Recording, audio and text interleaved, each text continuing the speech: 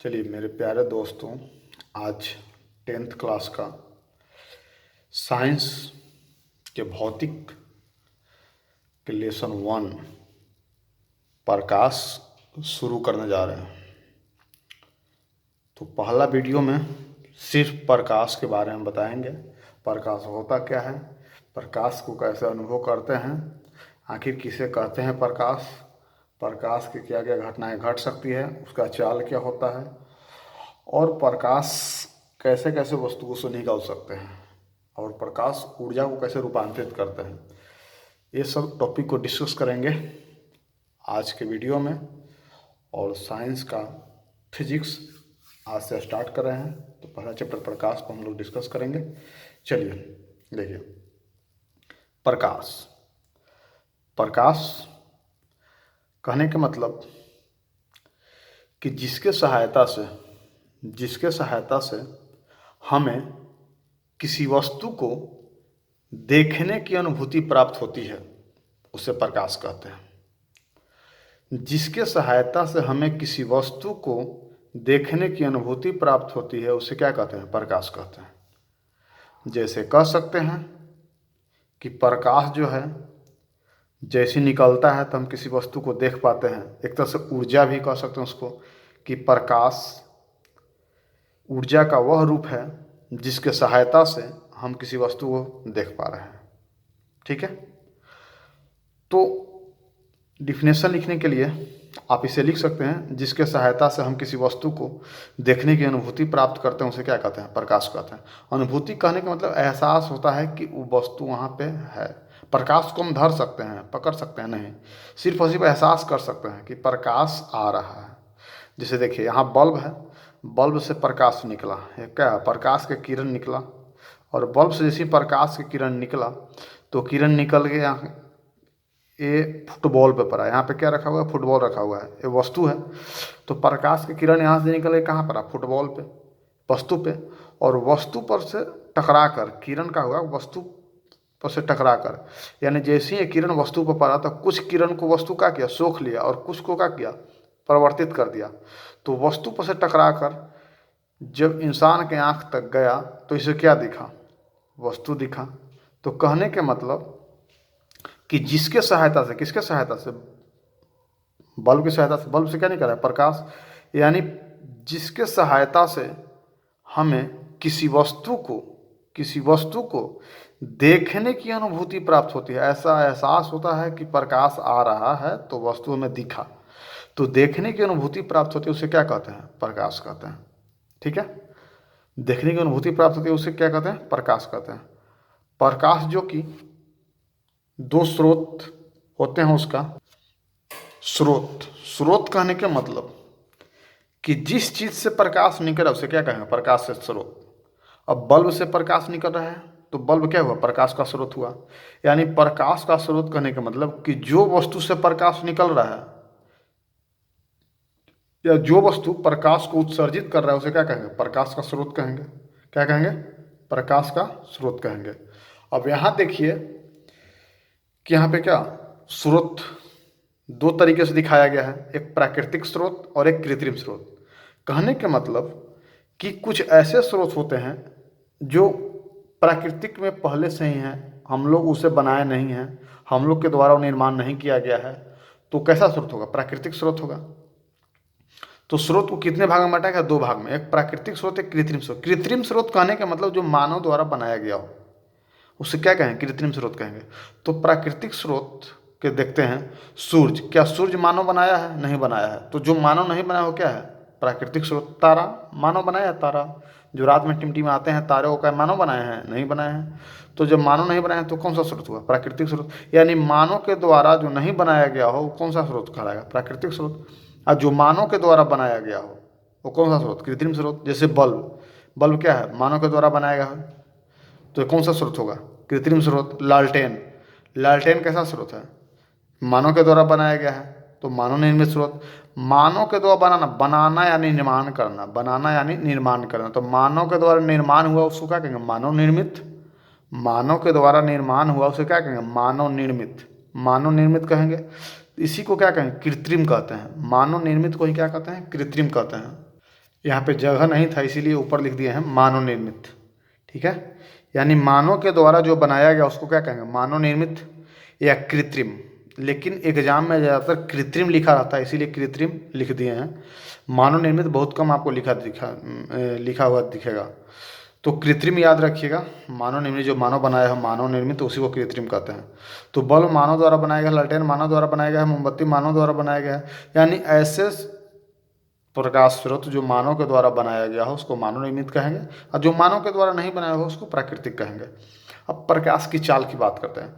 तो प्रकाश की चाल अगर एक्यूरेट देखा जाए, एक्यूरेट प्रकाश की चाल अगर देखा जाए तो 299792458 मीटर प्रति सेकंड, ये क्या है, एक्यूरेट है। और एक्यूरेट चाल कहने का मतलब कि एक किसका, निर्वात में। निर्वात कहने का मतलब कि ऐसा जगह जहाँ पे हवा ना हो उसको क्या कहेंगे, निर्वात कहेंगे। तो जब हम किसी माध्यम को यहाँ पे इंडिकेट कर रहे हैं तो इसे समझिएगा कि निर्वात में जब हम बोल रहे हैं तो ऐसा जगह जहाँ पे हवा ना हो उसको क्या कहें, निर्वात कहेंगे। तो वहाँ पे निर्वात में चाल क्या होता है, सबसे अधिक होता है। और वहाँ पे जो चाल है वो 299792458 मीटर प्रति सेकंड होता है। इसी को लगभग में हम लोग लिख लेते हैं 3/8, मतलब 8 टाइम्स 0, यानी 3/8 वो 0 मीटर प्रति सेकंड, इसी को लिखते हैं लगभग में। लेकिन यहाँ 8 को 0 को नहीं लिख के शॉर्ट में इसको क्या कहते हैं, 10 के घात 8 कर देते हैं। 10 के पावर क्या कर देते हैं, 10 के घात 8 कर देते हैं। तो 3 तो रह गया, तो 3 में गुना जैसे करेंगे 10 के पावर 8 से, तो फिर आ जाएगा कितना, 3/8 को 0 आ जाएगा। ठीक है, तो प्रकाश के चाल कितना होगा, 3 × 10⁸ मीटर प्रति सेकंड। कैच में, निर्वात में होगा। कैची में होगा, निर्वात में होगा। तो जब निर्वात में प्रकाश की चाल इतना है तो और सभी माध्यम में जो प्रकाश के चाल होंगे, हाँ माध्यम में प्रकाश के चाल होते हैं, लेकिन हर एक माध्यम में प्रकाश के चाल अलग अलग होते हैं। यानी माध्यम बदलने पर प्रकाश की चाल में बदलाव आता है। समझे बात को, माध्यम चेंज करेंगे प्रकाश के चाल घटेगा बढ़ेगा, घटेगा बढ़ेगा। ठीक है, वो माध्यम पर डिपेंड करता है कैसा। माध्यम कहने का मतलब कि अब एक हवा में प्रकाश जा रहा है, हवा में टॉर्च बाढ़ेंगे, और एक वही कांच में टॉर्च बाढ़ेंगे। तो एक बैग हवा से कांच में गया तो वो क्या हुआ, हवा अलग माध्यम हुआ, कांच अलग माध्यम हुआ, उसी को क्या कहेंगे, यही सबको माध्यम कहा जाता है। तो माध्यम बदलेंगे तो प्रकाश के चाल भी क्या होगा, बदलेगा। ठीक है, अब देखते हैं कि माध्यम कैसे बदलते हैं, किसमें क्या होता है। यहाँ पे देखिए, यहाँ पे जैसे कि माध्यम बदलने पर प्रकाश की चाल बदलता है। तो निर्वात, निर्वात कहने का मतलब कि ऐसा जगह जहाँ पे हवा ना हो। तो निर्वात में प्रकाश की चाल क्या होता है, सबसे अधिक होता है।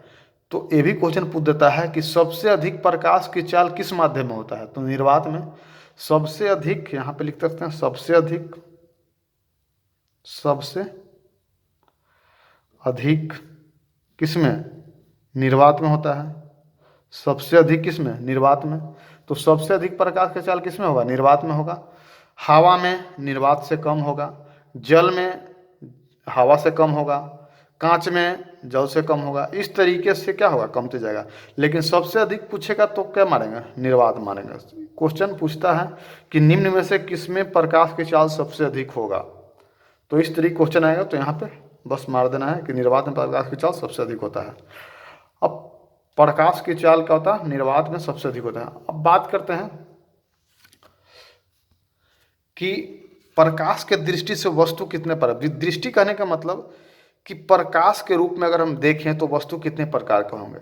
तो प्रकाश के रूप में अगर देखा जाए तो वस्तु दो प्रकार के, एक प्रादीप्त या दीप्यमान वस्तु और एक अप्रादीप्त वस्तु। यानी कहने का मतलब कि प्रादीप्त वस्तु कहने का मतलब या दीप्यमान वस्तु कहने का मतलब कि ऐसे वस्तु जिसका जो प्रकाश देता हो, जो प्रकाश को उत्सर्जित करता हो, उसको क्या कहेंगे, प्रादीप्त या दीप्यमान वस्तु।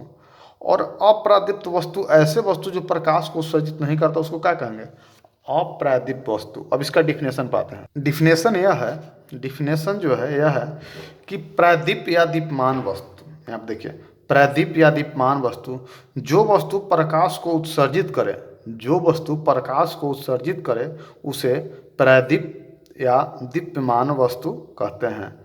दीप्तमान वस्तु कहने का मतलब जो प्रकाश को फेंके, प्रकाश को सजित करे, जो प्रकाश करे, उसको क्या कहेंगे? दीप्तमान वस्तु। सूर्य भी प्रकाश देता है, दीप्तमान वस्तु कहलाएगा। तारा भी प्रकाश देता है, दीप्तमान वस्तु कहलाएगा। जलता हुआ बल्ब भी प्रकाश करेगा, वो दीप्तमान कहलाएगा। और जलती हुई मोमबत्ती भी प्रकाश करता हुआ दीप्तमान कहलाएगा।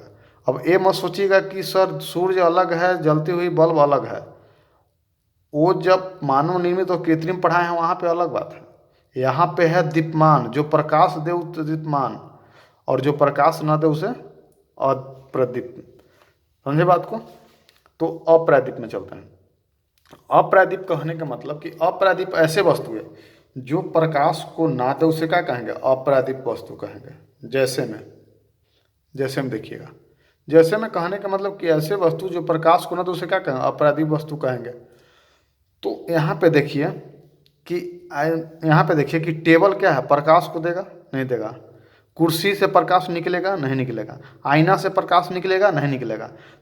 चांद से प्रकाश निकलेगा? नहीं निकलेगा। ये सब क्या है? अप्रादीप वस्तु है। और आप कहिए कि सर चांद तो रात में लाइट देता है, तो चांद रात में लाइट नहीं देता है। चांद रात में सूर्य, मान लेते हैं कि यहाँ पे सूर्य है, तो सूर्य से प्रकाश निकला, और सूर्य से प्रकाश निकल के पृथ्वी पर यहीं तक ना आएगा, इधर नहीं आएगा, क्योंकि इधर प्रकाश नहीं आएगा, इधर सामने पड़ता है तो सामने प्रकाश आएगा। तो अब क्या करेगा कि यहाँ पे रात रहेगा, तो यहाँ से सूर्य से प्रकाश कुछ निकल के चंद्रमा पर जाएगा, और चंद्रमा पर से प्रकाश का होगा लौट के ये जो अंधेरा वाला जो भाग है यहाँ पे प्रकाश आता है। तो लगता है कि चांद क्या दे रहा है? लाइट दे रहा है। चांद लाइट नहीं दे रहा है, क्या हो रहा है? प्रकाश लौट के आ रहा है, इसीलिए लगता है कि चांद लाइट दे रहा है। ठीक है, तो चांद भी क्या है? अप्रादित वस्तु है। ठीक है, आगे बढ़ते हैं। प्रकीर्णन। प्रकीर्णन किसका? प्रकाश का प्रकीर्णन। जब प्रकाश सूक्ष्म कणों पर पड़ता है तो वह सूक्ष्म कण प्रकाश को अवशोषित कर लेता है, और उसके बाद वह कण प्रकाश को कई दिशाओं में फैला देता है। इतना बड़ा पढ़ दिया, आपको समझ में नहीं आया होगा। सिंपल समझिए, यहाँ से प्रकाश निकला, ये टॉर्च है, टॉर्च से क्या निकला? प्रकाश निकला।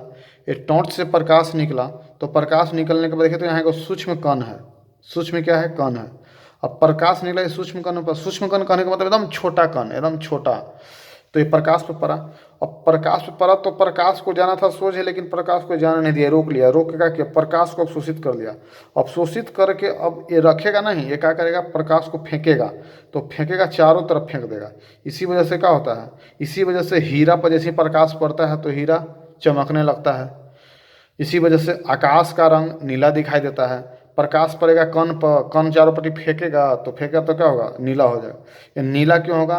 क्योंकि नीले रंग का मतलब प्रकीर्णन सबसे अधिक होता है, यानी फैलने का जो क्रिया है नीले रंग का सबसे अधिक होता है। इसीलिए प्रकाश क्या दिखाई देगा? नीला दिखाई देगा। अब बात नहीं समझ में आएगा कि प्रकीर्णन क्या होता है। अब समझ गए होंगे। प्रकीर्णन जो कि कण से जैसे ही टकराता है प्रकाश, तो कण क्या करता है? प्रकाश को अवशोषित करता है और उसको कई दिशाओं में फैला देता है। उसी को क्या कहते हैं? प्रकीर्णन कहते हैं। बाकी डिफिनेशन यहाँ लिखा गया है, डिफिनेशन लंबा चौड़ा है, बस बात को समझ जाइए। बाकी जब समझ जाइएगा तो डिफिनेशन खुद ब खुद लिख दीजिएगा। आकाश का रंग किसके वजह से नीला दिखाई देता है? प्रकाश के प्रकीर्णन की वजह से। एक क्वेश्चन एग्जाम में पूछता है। हीरा का मतलब चमकना, मतलब हीरा चमकता है किसके वजह से? प्रकाश के प्रकीर्णन की वजह से। अब हीरा और प्रकाश पर आता, हीरा क्या किया? प्रकाश को अवशोषित कर लिया। अवशोषित करने के बाद उसको मतलब कई दिशाओं में क्या किया? फैला दिया। तो इसी वजह से हीरा का क्या होता है? चमकने लगता है। अब लाल रंग का प्रकीर्णन। लाल रंग का प्रकीर्णन लाल रंग का प्रकीर्णन सबसे कम होता है। लाल रंग कम फैलता है, लेकिन उसका तरंग दैर्घ्य क्या होता है? सबसे अधिक होता है। तरंग दैर्घ्य सबसे अधिक होता है। अब यहाँ पर देखें कि नीला रंग का प्रकीर्णन सबसे अधिक होता है, तरंग दैर्घ्य उसका कम होता है। यही वजह है कि आकाश का रंग नीला दिखाई देता है, क्योंकि नीला रंग चारों तरफ फैल जाता है। फैलने की वजह से आकाश का रंग कैसा हो जाता है? नीला हो जाता है। और लाल रंग बाकी कोई रंग, नीला रंग इतना नहीं फैल पाता है, इसी वजह से आकाश का रंग नीला हो जाता है। बात समझ में आया? बाकी के क्लास आगे क्लास में देखेंगे। ठीक है, आगे पढ़ाएंगे प्रकाश का परावर्तन। चलिए, तब तक के लिए धन्यवाद।